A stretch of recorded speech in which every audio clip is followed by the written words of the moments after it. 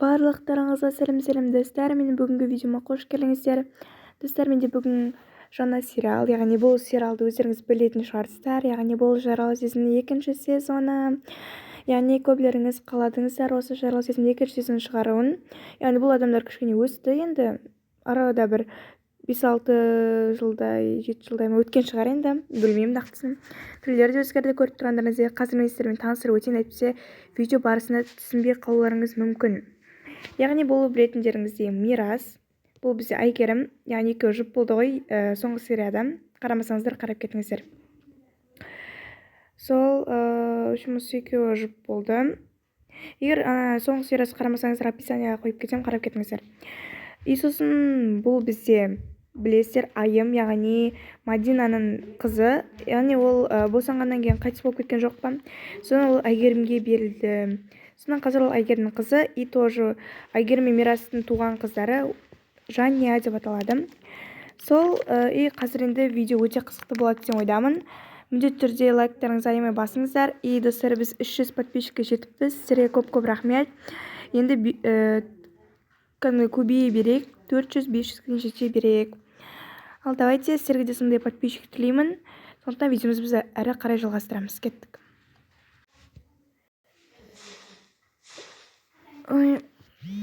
Әйгерім тұршы. Әйгерім деймін, тұрсаңшы енді, жұмысқа бармаймыз ба? Қайырлы таң, Мирас. Қайырлы таң. Менің киімдерім қайда? Үтіктедің бе өзі? Қолым тимей кетті. Кие салшы. Сен жұмысқа бармайсың ба? Жоқ, айтпақшы Мирас. Я тез айтшы. Біз Айымға бар шындықты айтуымыз керек. Сен жындысың ба? Не болды? Қайда бар шындықты айту керек? Қойшы, ұялам. Одан жылайды, сөйтіп жүреді, истерика боламыз, түсі айтпай-ақ қой. Қуасың ба, Мирас? Біз оның шынайы ата-анасы емеспіз ғой. То есть сен туған әкесісің, бірақ мен туған анасы емеспін, сондықтан өзімді ыңғайсыз сезінемін. Білмеймін, түріне қарасам әйтеуір бар шындықты айтқым келіп тұрады. Ештеме жасыра алмаймын, Мирас. Онда мен жоқта айт. Қалай, екеуміз бірге айтпаймыз ба? Мен жұмыста болмаймын ба? Той, Мирас. Қысқасы ештеңе білмеймін. Кешкі жетсе мен сені кіші тамақпен күтем. Келесің. Мына киімді киіп ал. Құмаш, сол, давайте болды, пока. Қой деймін. Сол. 2-3 продукт алып кел, давайте. Келесің, Мирас, ештеңе білмеймін. Сен де бір қоймайсың ғой. Қызық па деймін. Маған айтасың деймін, не деді? Той, енді жақсы қабылдаса болар еді. Болмас. Қыздарым,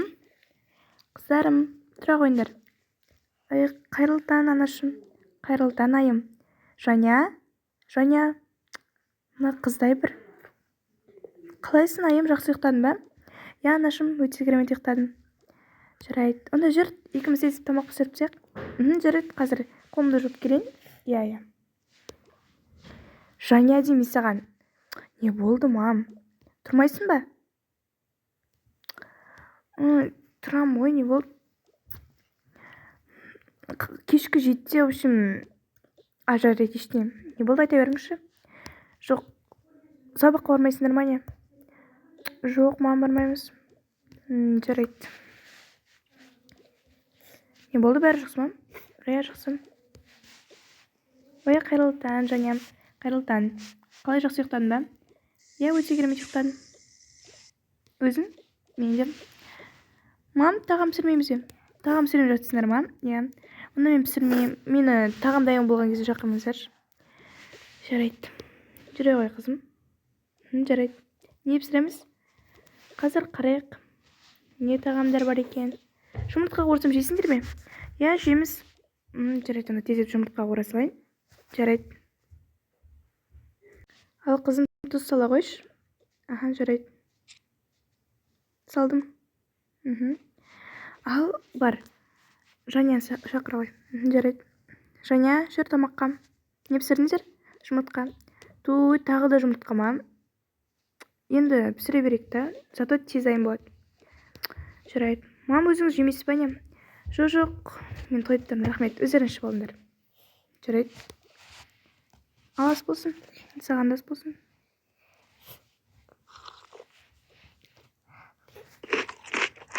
енді қатты уайымдап тұрмын.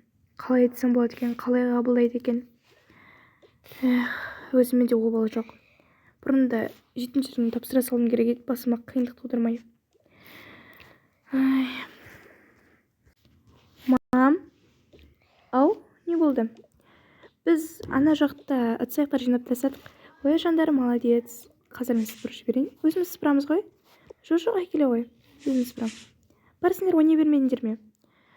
Ойнайтын кішкентай бала емеспіз ғой. Я, уже 2-ші сыныпқа көшіп жатырмыз, анашым. Ой, жандарым, сол мен.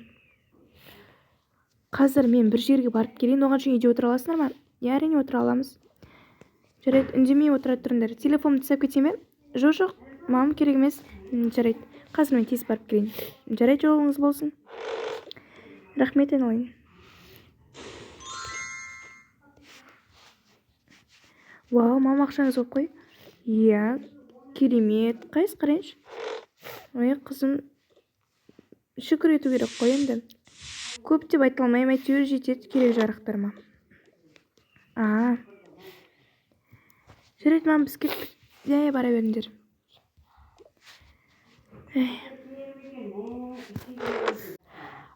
Ал, айым, не істейміз? Білмеймін. Не істеуге болады? Айтпақшы, ішінде қандай заттар бар? Анам қандай нелерді алып берді? Бас киімдерді, очкилерді өткен алып едік қой бірге. Қазір көрсетемін.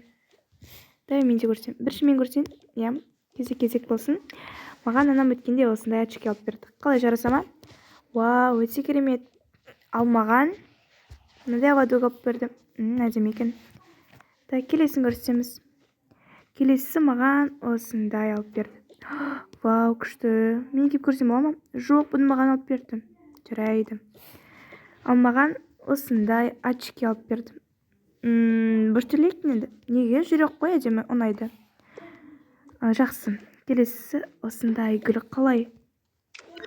Мәссаған, әдемі екен. Иә, әдемі. Сосын ал маған мынандай бантик алып берді. Маған осындай панама алып берді. Вау, әдемі екен. Сенде көп екен. Маған келгенде анамның ақша жетпей алған шығар. Жарайды, ешентпес. Не, ешентпейді. Қойып қояқ.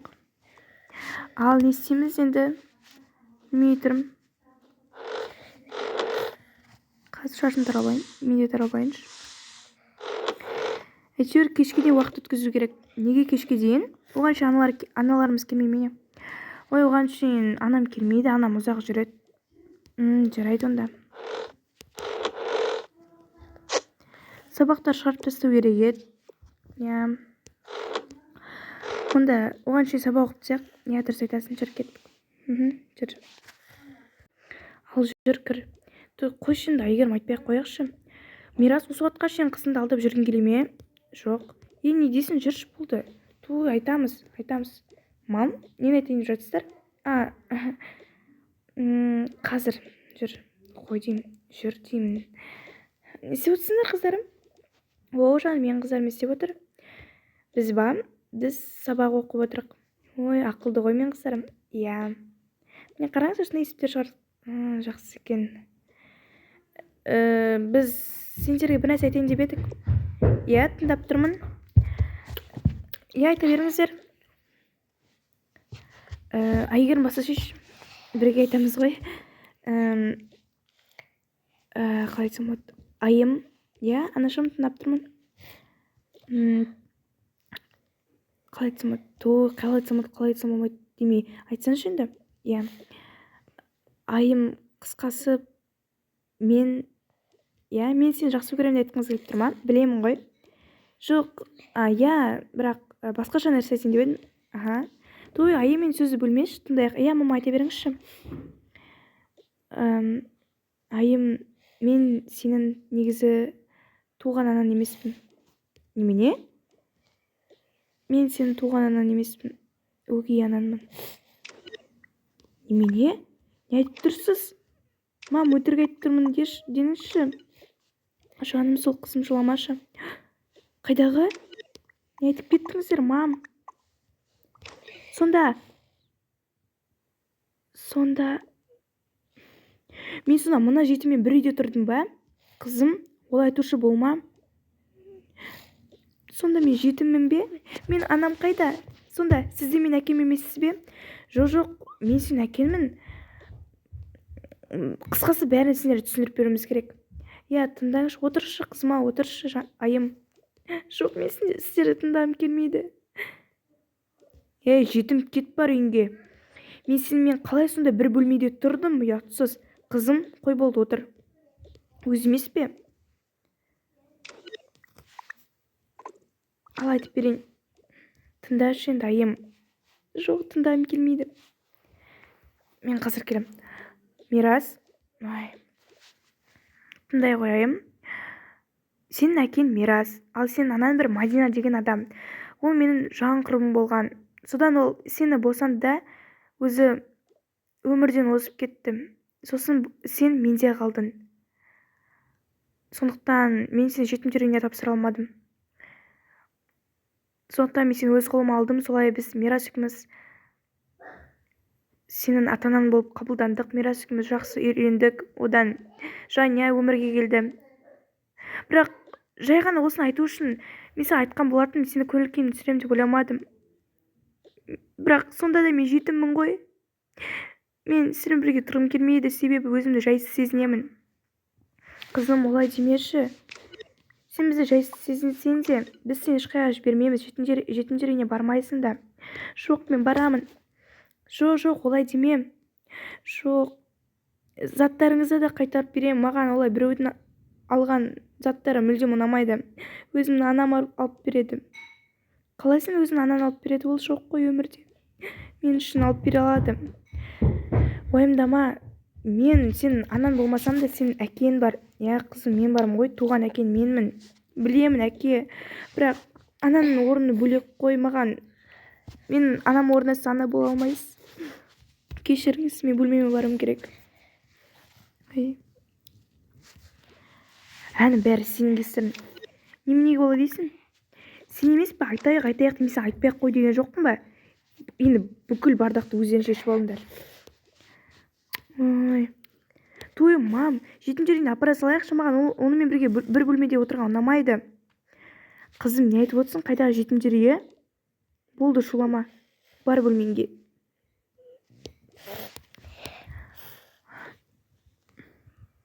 Не болды шама? Соранда қызып. Айтпайсың ба басында, мен сенің туған әпкең емес, мынау деп. Мен қайдан білем, мені білді дейсің бе? Енді не істеймін? Қалай өмір сүремін? Болды, жылама, соранда қызып. Кеш те батып кетті. Ұйықта, таңертең жетімдер үйіне қайтарсың.